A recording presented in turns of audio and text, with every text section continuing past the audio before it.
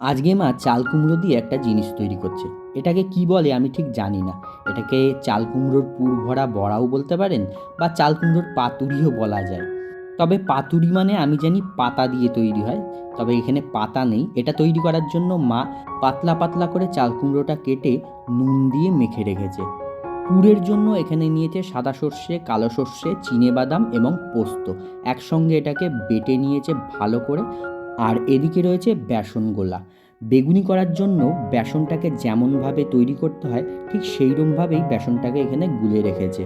এইবারে আগে থেকে কেটে রাখা যে চাল কুমড়োর টুকরোগুলো আছে সেই চাল কুমড়োর থেকে একটা টুকরো নিয়ে তার উপরে পুরটা দিয়ে দিল।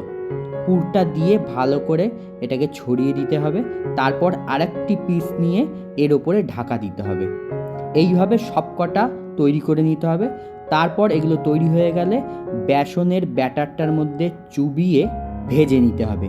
ভেজে নেওয়ার জন্য এদিকে কড়াই বসিয়ে দিয়েছে। কড়াইয়ের মধ্যে পরিমাণ মতন তেল দিয়ে দিয়েছে। তেল গরম হয়ে গেলেই তারপরে এটাকে ভালো করে বেসনের ব্যাটারে কোটিং করে নিয়ে তেল ভালো করে গরম হয়ে গেলে তেলের মধ্যে চপের মতন করে এগুলো ছেড়ে দিতে হবে। আর হালকা আঁচে কিন্তু এটা ভাজতে হবে। যেহেতু চাল কুমড়োটা রয়েছে, চাল কুমড়োটাও আস্তে আস্তে সেদ্ধ হবে আর ভেতরের পুরটাও একটু সেদ্ধ হবে, সেই কারণে কিন্তু এটা হালকা আঁচে আস্তে আস্তে করে ভাজতে হবে।